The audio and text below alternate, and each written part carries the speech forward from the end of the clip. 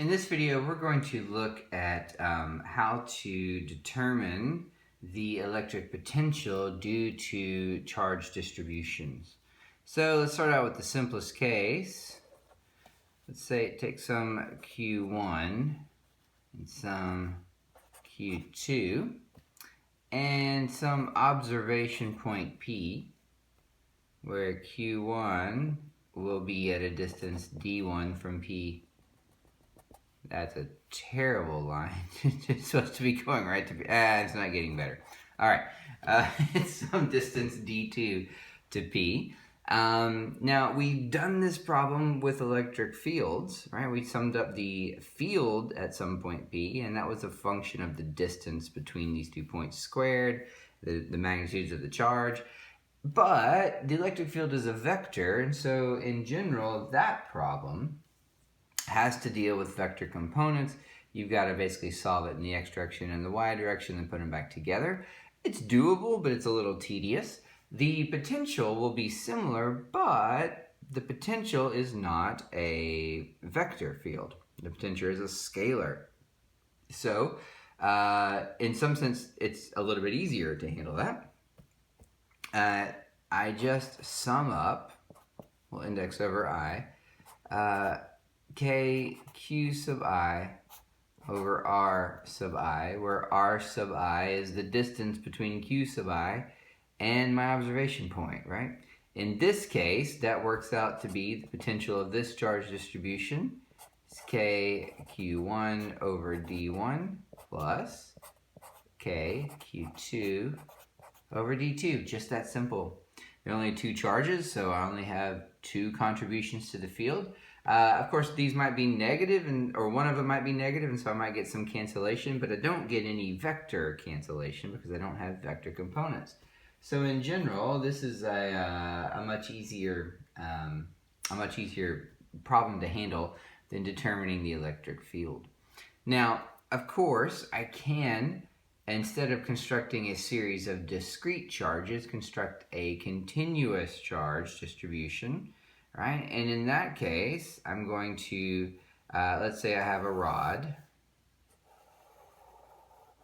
with some linear charge lambda, and I'm looking for the potential at some point P, right? The general way to handle this is I'm going to have some dq at some distance r from P, and I'm going to have to integrate this over the length of the rod. I'm going to follow the same strategies I did for the electric field, but I'm going to get a simpler expression because I do not have a vector nature, but the concept is the same. And so I'm not going to spend a whole lot of time going over that because we've done the work to figure out how to express these variables in terms of something over which I can integrate. So let's actually do an example of this, and we'll talk through it, and I hope that will be sufficient to get you started. See if I'm in frame here. And it's close enough. All right. So let's do that problem. Let's do the charged rod. We'll say this is some length L and has some charge positive Q. Of course, we know from previous work I'm going to have to express this Q and L. I'm going to have to use those, I should say, to express the charge density, the linear charge density, because if I'm going to integrate, I'm going to have to turn this into a spatial variable. So let's say that above the midpoint here, some distance A, I've got point P. And I'm just going to simply ask, what is the potential at point P due to this charged rod? So my first strategy is to break this thing up into quote-unquote point charges, right? They're not point charges, but I'm going to treat them like point charges. It's just that there's one in every, it's a continuous distribution. But here's my dq, and dq is a distance r from point P.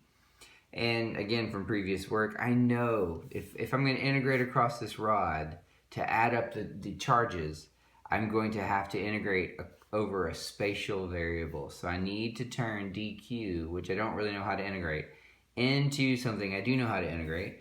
This is horizontal. Let's call it the x direction. So dq looks like it's expressible as lambda dx, lambda my linear charge density, dx my spatial variable. Remember, with any charge density, the density times the physical parameter that you use to determine the density gives you back the charge. In this case, this is a linear differential. This is a linear charge density. If I was integrating over a surface, it'd be sigma, and I'd have a dA. If it was a volume, it'd be a rho and a dV. But in this case, I've got a linear charge density, so I can express dq as lambda dx.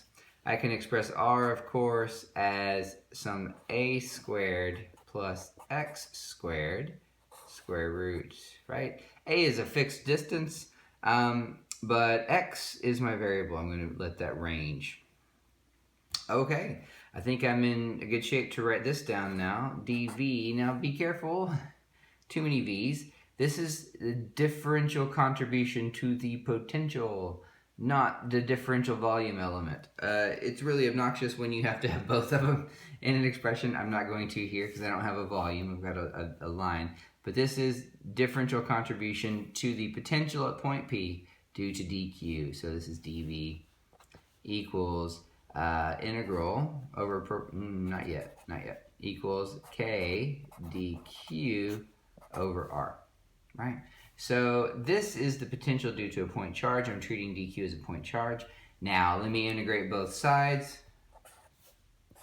On the left-hand side, I'm just going to get the total potential. On the right-hand side, after I integrate across this entire bar, I'm going to get the expression for the potential. Let me go ahead and express, I'll do it here, lambda, what is that? Lambda dx, that's my charge, divided by a squared plus x squared square root, that's r. Lambda dx is playing the role of dq. A squared plus x squared square root is playing the role of r. So now let me pull out the constants. V is equal to k lambda integral, and I'll put in the limits in a second, of dx over a squared plus x squared. I'm gonna write this because it's getting all messed up, to the 1/2. My limits, I'm going to have to integrate over the bar. How you set up your limits is up to you. It looks to me like a good choice is minus L over 2 to L over 2, right? That seems to work pretty well. Minus L over 2 over here to L there.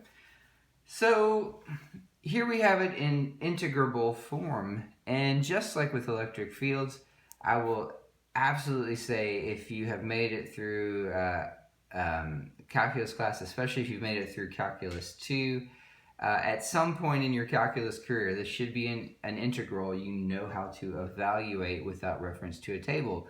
But in this class, you might not have been through Cal 2, and even if you had, you need to know calculus, but I'm not explicitly testing you on calculus. I'm testing how your calculus serves to physics.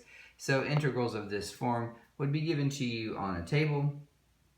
I will tell you what the answer is, which, just to be honest, I'm looking at a table myself. I've got natural log,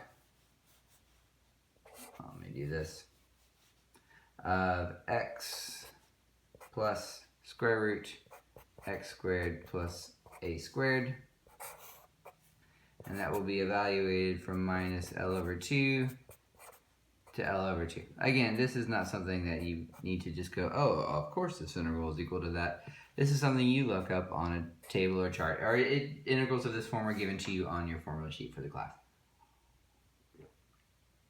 And that is how you evaluate this system, right?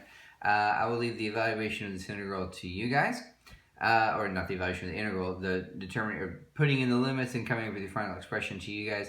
How you express that because of the natural log can change in some ways. It can look different, it'll be the same. But this is how you evaluate this problem. So we're going to come back and revisit this in a subsequent video to see if we can make a connection between the work we just did and the problem we did with the electric field and see if we can find the connection between them.